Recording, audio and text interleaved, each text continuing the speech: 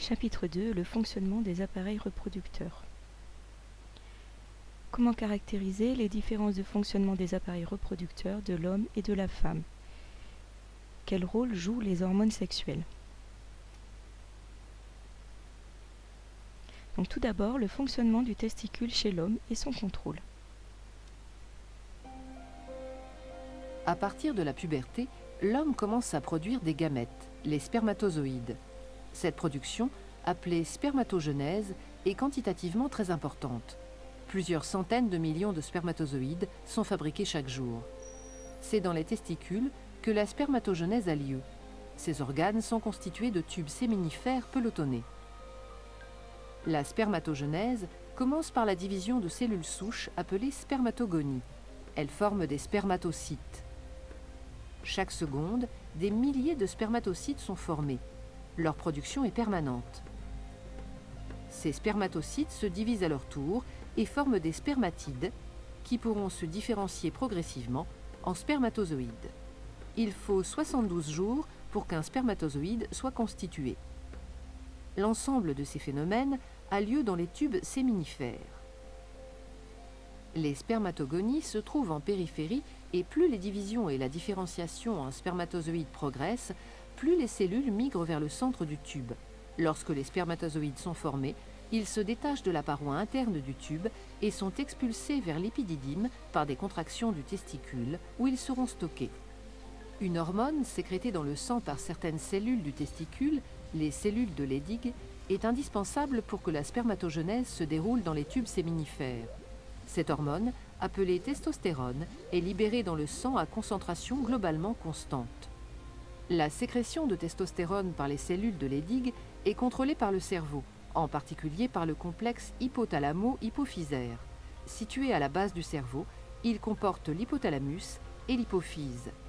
L'hypothalamus sécrète une hormone, la GnRH, qui stimule directement l'hypophyse. Cette petite glande sécrète alors dans le sang deux hormones appelées FSH et LH. La LH agit au niveau du testicule. Elle stimule la sécrétion de testostérone par les cellules de Leydig. La FSH agit aussi au niveau des testicules, mais directement sur certaines cellules des tubes séminifères. Elle active la spermatogenèse. LH et FSH sont donc indispensables à la fabrication des spermatozoïdes dans les tubes séminifères. En permanence, la testostérone sécrétée par les testicules dans le sang agit aussi au niveau du complexe hypothalamo-hypophysaire. Plus la concentration sanguine en testostérone augmente, moins l'hypophyse sécrète de FSH et de LH. Au contraire, si la concentration en testostérone diminue, l'hypophyse sécrète une quantité accrue de LH et de FSH. Ce phénomène est qualifié de rétrocontrôle négatif exercé par le testicule sur le complexe hypothalamo-hypophysaire. Il permet une régulation permanente de la concentration des hormones dans le sang, établie grâce à un dialogue constant entre le cerveau et le testicule.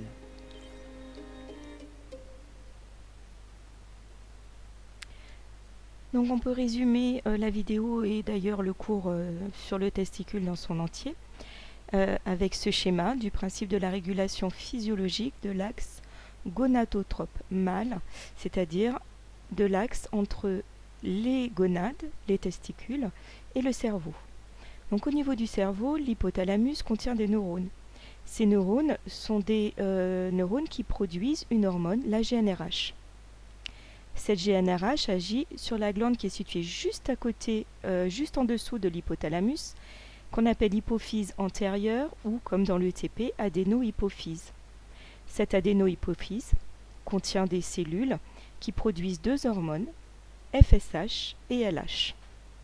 Ces deux hormones, FSH et LH, sont déversées dans le sang, elles vont passer dans la circulation générale et elles vont rejoindre le testicule. Au niveau du testicule, elles agissent à deux niveaux. FSH agit sur les cellules de Sertoli, qui sont les cellules nourricières des spermatozoïdes et qui permettent la spermatogénèse. Donc grâce à FSH, les spermatozoïdes sont produits. Et LH agit sur les cellules de Leydig, qui vont alors produire de la testostérone. La testostérone est une hormone qui va agir en deux points. Tout d'abord, directement sur les cellules de Sertoli des tubes séminifères et permettre la spermatogénèse. Et ensuite, la testostérone, elle va induire le développement des caractères sexuels secondaires à la puberté, puis maintenir ces caractères sexuels secondaires tout au long de la vie. Les hommes produisent de la testostérone toute leur vie. Mais la testostérone a aussi une autre action. Elle va aller agir sur les glandes qui produisent la FSH et la LH, sur les cellules de l'adéno-hypophyse. Et elle va exercer ce qu'on appelle un rétrocontrôle négatif. C'est-à-dire que lorsqu'il y a beaucoup de testostérone, et qu'il y en a trop, il faut qu'elle soit moins produite. Mais comment le testicule peut-il savoir qu'il doit moins produire de testostérone? Il le sait parce que LH le lui dit, puisque c'est LH qui induit la production de testostérone. Et donc la testostérone informe l'adéno-hypophyse qu'il y a beaucoup de testostérone. À ce moment-là, l'adéno-hypophyse sécrète moins de LH et de FSH, ce qui fait qu'il y aura moins de LH et donc moins de testostérone. Ainsi, il y a un équilibre qui se crée et le taux de testostérone dans le sang à partir de la puberté reste constant toute la vie, ce qui évite des désordres puisque la testostérone maintient aussi les caractères sexuels secondaires et il n'est pas bon pour le corps qu'il y en ait trop. En ce qui concerne l'appareil génital féminin et son fonctionnement cyclique, la situation est un petit peu plus complexe puisque chez la femme, 2 organes fonctionnent de façon synchrone, les ovaires et l'utérus. Au cours de la vie embryonnaire, un stock de cellules appelées ovocytes se forme dans l'ovaire. À partir de la puberté et jusqu'à la ménopause, un ovocyte est expulsé chaque mois par l'un des 2 ovaires. Il est recueilli par le pavillon de la trompe et devient un ovule. L'ovulation est donc un phénomène cyclique, mais ne représente qu'une des nombreuses étapes du fonctionnement de l'ovaire. Au début d'un cycle, certains ovocytes se préparent à être expulsés. Ils sont contenus dans des follicules. La taille des follicules augmente pendant les 14 premiers jours du cycle. L'un d'eux devient plus imposant que les autres. C'est lui qui va libérer son ovocyte le 14e jour. Après l'ovulation, ce qui reste du follicule dans l'ovaire se transforme en corps jaune. Il se maintient pendant les 14 jours suivants, puis dégénère et le cycle recommence. Pendant ce cycle ovarien, un autre organe change d'aspect, c'est l'utérus. Pendant les 5 premiers jours du cycle, sa muqueuse est évacuée. Ce sont les règles ou menstruations. Cette muqueuse se reconstitue durant les 9 jours suivants, période au cours de laquelle sa taille augmente. Après l'ovulation et pendant les 14 derniers jours du cycle, la muqueuse change d'aspect. Elle forme une dentelle utérine très vascularisée.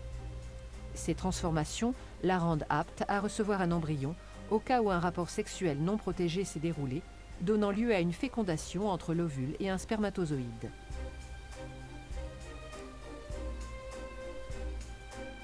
Les propriétés du col de l'utérus sont aussi synchronisées avec le cycle ovarien. Durant les 11 premiers jours du cycle, le mucus présent au niveau du col forme un maillage resserré qui laisse peu de chance aux spermatozoïdes de pénétrer dans la cavité utérine en cas de rapport sexuel. Quelques-uns y arrivent cependant toujours.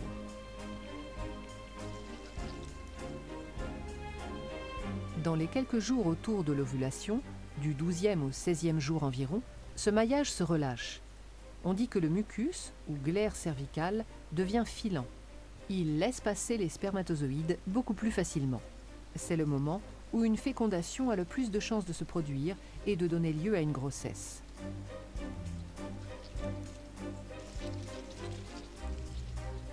En fin de cycle, le maillage se resserre et la cavité utérine est à nouveau moins accessible. Le synchronisme des cycles ovariens et utérins ne doit rien au hasard.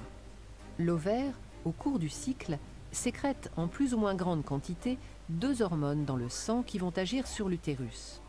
les œstrogènes et la progestérone.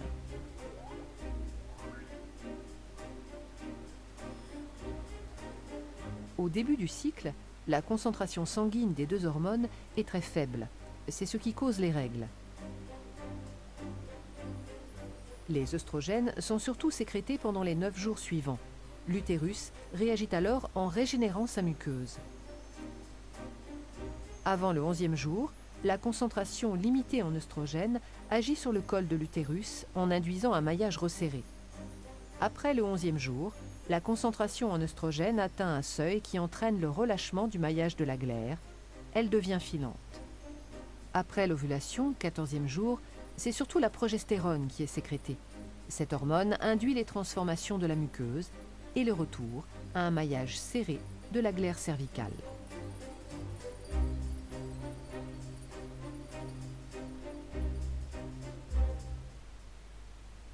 Pour compléter cette vidéo qui regroupait des informations que vous avez acquises en faisant l'activité 3 sur l'ovaire, je vous propose aussi une petite vidéo que j'ai empruntée à un professeur qui a un site que je vous conseille d'aller visiter et même de vous abonner, qui s'appelle Mon cours de SVT, qui est très bien fait.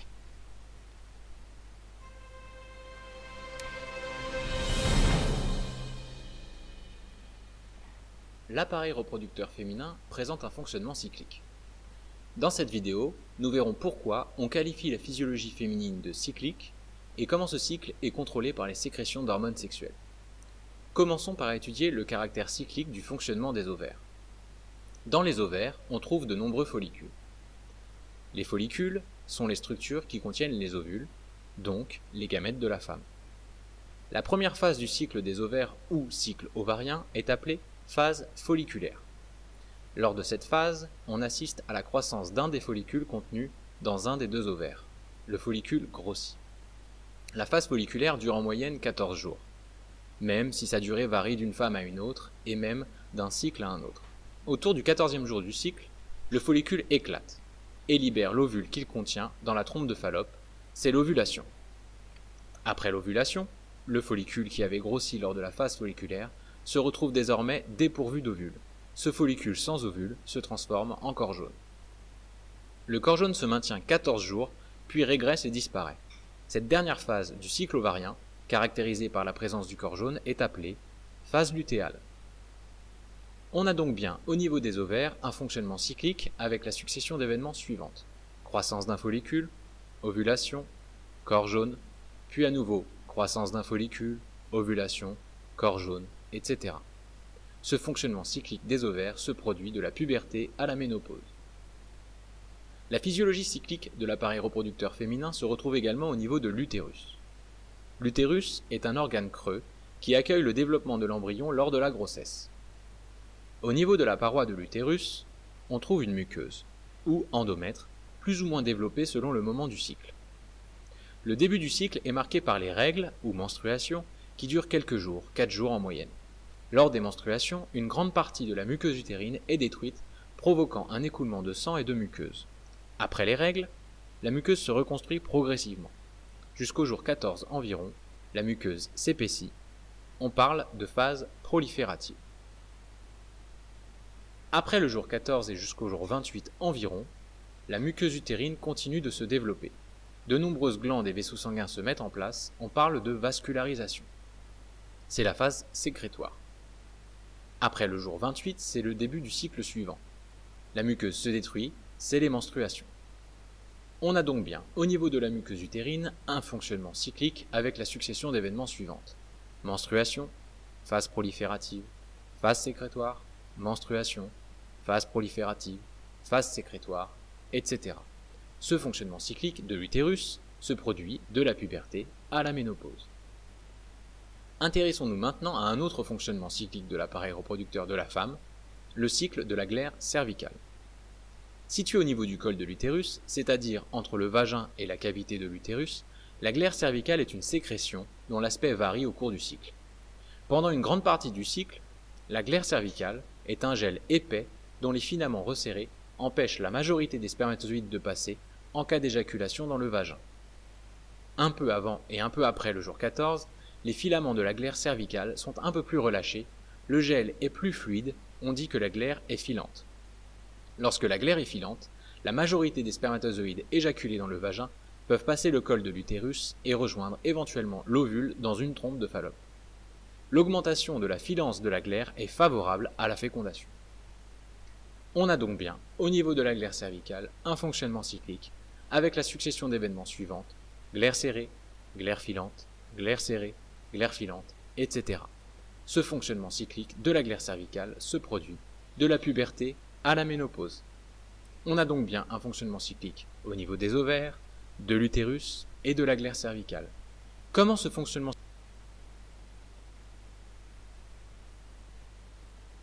contrôlé? Intéressons-nous d'abord au rôle des ovaires. En plus de contenir les gamètes et de libérer un ovule par cycle lors de l'ovulation, les ovaires sont également des glandes qui produisent et libèrent dans le sang des hormones. Les ovaires produisent deux hormones, les œstrogènes, l'œstradiol par exemple, qui sont fabriqués par les follicules ovariens, la progestérone, qui est fabriquée par le corps jaune, c'est-à-dire le follicule dépourvu de son ovule après l'ovulation. Dans la première moitié du cycle, au niveau des ovaires, c'est la phase folliculaire. Un follicule se développe en grossissant progressivement. Or, nous savons que les follicules produisent et libèrent des œstrogènes dans le sang. Au cours de la phase folliculaire, comme le follicule est de plus en plus gros, il produit et libère de plus en plus d'œstrogènes. Au cours de la phase folliculaire, la concentration d'œstrogènes dans le sang augmente donc progressivement. Les cellules, constituant la muqueuse utérine, possèdent des récepteurs spécifiques aux œstrogènes. Par conséquent, les œstrogènes circulant dans le sang lors de la phase folliculaire vont se fixer sur ces récepteurs. Les cellules de la muqueuse utérine sont donc stimulées par la fixation des œstrogènes. Cette stimulation provoque le développement de la muqueuse utérine et donc la phase proliférative de l'utérus. On voit ici que le cycle des ovaires contrôle le cycle de l'utérus. Au cours de la phase folliculaire, au niveau des ovaires, les follicules grossissent et produisent de plus en plus d'œstrogènes. L'augmentation de la concentration d'œstrogènes stimule la muqueuse de l'utérus et permet de reconstituer la muqueuse utérine qui s'était détruite au moment des règles lors de la phase proliférative. Après l'ovulation, au niveau des ovaires, c'est le début de la phase lutéale. Le follicule qui vient d'ovuler s'est transformé en corps jaune. Le corps jaune produit et libère dans le sang des œstrogènes et de la progestérone. Les cellules de la muqueuse utérine possèdent, en plus des récepteurs aux œstrogènes, des récepteurs spécifiques de la progestérone. Par conséquent, la progestérone et les œstrogènes circulant dans le sang lors de la phase lutéale vont se fixer sur ces récepteurs. Les cellules de la muqueuse utérine sont donc stimulées par la fixation de ces hormones. Cette stimulation provoque le développement des glandes et des vaisseaux sanguins dans la muqueuse utérine et donc la phase sécrétoire de l'utérus. Ici aussi, on voit que le cycle des ovaires contrôle le cycle de l'utérus. Au cours de la phase lutéale au niveau des ovaires, le corps jaune libère des hormones qui stimulent la muqueuse et provoquent le développement des glandes et des vaisseaux sanguins lors de la phase sécrétoire. À la fin de la phase lutéale, qui dure 14 jours, le corps jaune régresse et il libère donc de moins en moins d'hormones. Les concentrations d'œstrogènes et de progestérone dans le sang diminuent. À la fin du cycle, les hormones libérées par les ovaires sont en concentration très faible. Elles ne stimulent plus les cellules de la muqueuse utérine, celle-ci n'est donc pas maintenue, ce sont les règles ou menstruations qui marquent le début d'un nouveau cycle. La chute du taux d'hormones ovariennes, œstrogènes et progestérone à la fin du cycle est responsable des menstruations. On voit encore ici comment les ovaires contrôlent l'utérus. Au cycle de la glaire cervicale, lui aussi est contrôlé par le cycle ovarien. L'augmentation de la concentration d'œstrogènes à la fin de la phase folliculaire permet de rendre la glaire filante. Si on récapitule, car tout cela est assez complexe, lors de la croissance des follicules en phase folliculaire, l'augmentation de la sécrétion d'œstrogènes permet le développement de la muqueuse utérine, et donc la phase proliférative, et le relâchement de la glaire cervicale. Lors de la présence du corps jaune, en phase lutéale, l'augmentation de la sécrétion d'œstrogènes et de progestérone permet le développement des glandes et des vaisseaux sanguins dans la muqueuse utérine, et donc la phase sécrétoire. Lors de la disparition du corps jaune, la diminution de la sécrétion d'œstrogènes et de progestérone permet l'élimination de la muqueuse utérine, et donc les menstruations. On voit donc bien ici que les changements au niveau des ovaires, développement du follicule, ovulation, régression du corps jaune, modifie les taux d'hormones ovariennes sécrétées et que les variations de ces taux d'hormones contrôlent le développement de l'utérus et l'aspect de la glaire cervicale. C'est le fonctionnement cyclique des ovaires qui est responsable du fonctionnement cyclique de l'utérus et de la glaire cervicale. On peut donc résumer cette vidéo et les informations qu'elle contient sous forme d'un schéma. Donc les ovaires. Dans les ovaires, le follicule et les cellules folliculaires. Les cellules folliculaires produisent des œstrogènes, qui agissent sur l'utérus pour maturer sa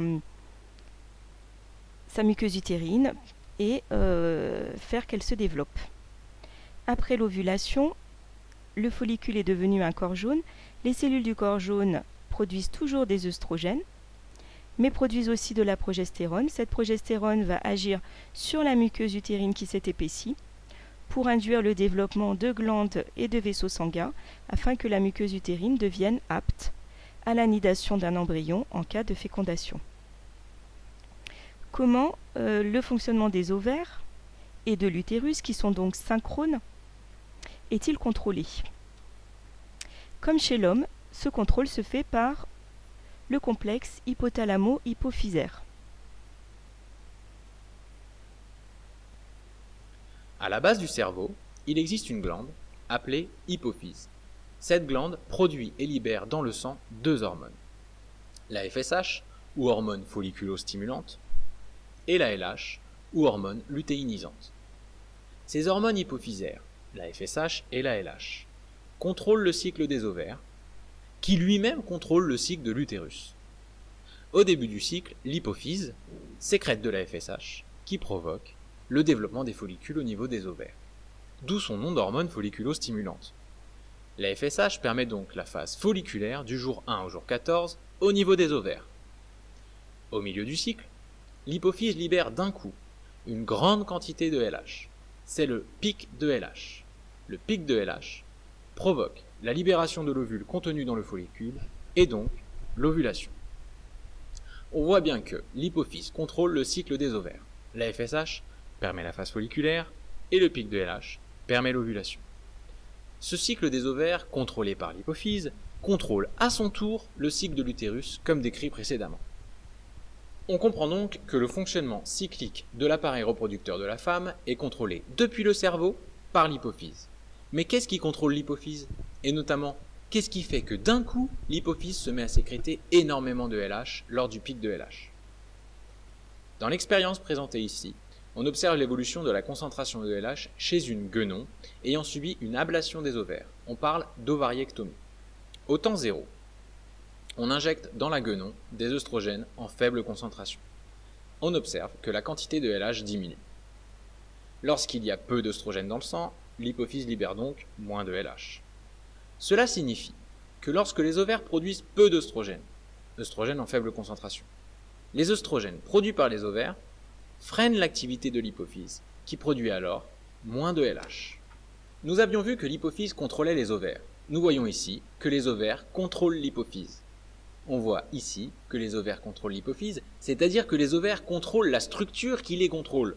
On parle de rétrocontrôle. Ici, la faible concentration d'œstrogènes provoque une diminution de l'activité de l'hypophyse qui libère alors moins de LH.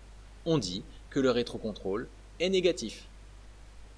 Toujours dans cette expérience, au temps 1, on injecte cette fois dans la guenon des œstrogènes en forte concentration. On observe que la quantité de LH augmente brutalement. Il s'agit d'un pic de LH. Lorsqu'il y a beaucoup d'œstrogènes dans le sang, l'hypophyse libère donc brutalement une grande quantité de LH. Cela signifie que lorsque les ovaires produisent beaucoup d'œstrogènes, œstrogènes en forte concentration, les œstrogènes produits par les ovaires stimulent l'activité de l'hypophyse qui produit alors un pic de LH. Nous voyons donc, à nouveau, que les ovaires exercent un rétrocontrôle sur l'hypophyse. Mais ici, la forte concentration d'œstrogènes provoque une stimulation de l'activité de l'hypophyse qui libère alors un pic de LH. On dit que le rétrocontrôle est positif. Récapitulons maintenant. En début de cycle, l'hypophyse produit de la FSH qui stimule les ovaires et permet le développement d'un follicule, c'est la phase folliculaire.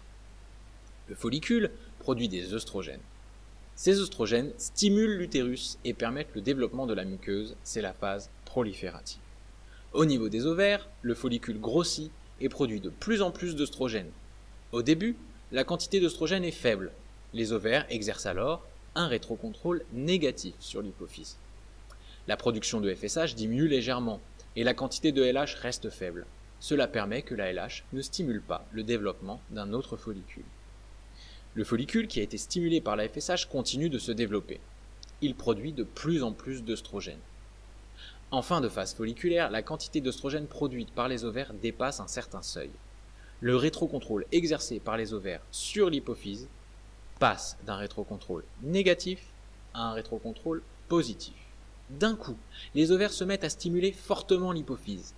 L'hypophyse produit et libère alors brutalement une très grande quantité de LH. C'est le pic de LH. Ce pic de LH stimule les ovaires et provoque l'ovulation du follicule développé. Par ailleurs, l'augmentation de la quantité d'œstrogène permet le relâchement de la glaire cervicale.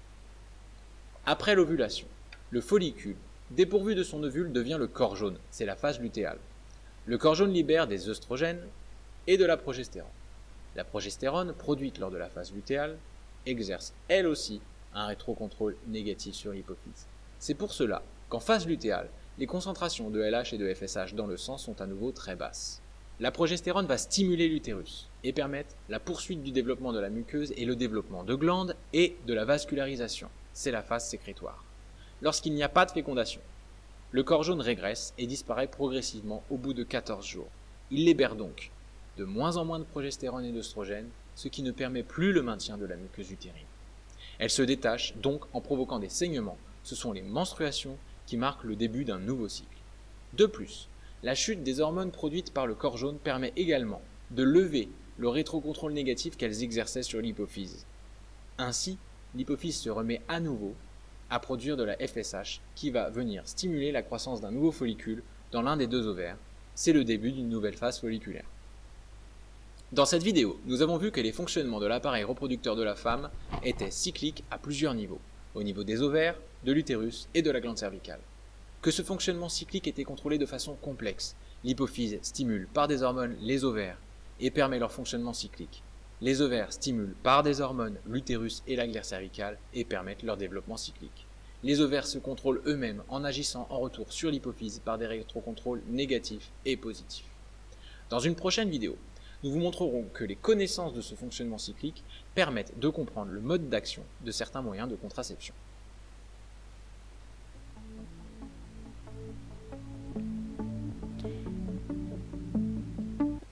Comme pour chez l'homme, on peut donc résumer la vidéo par un schéma global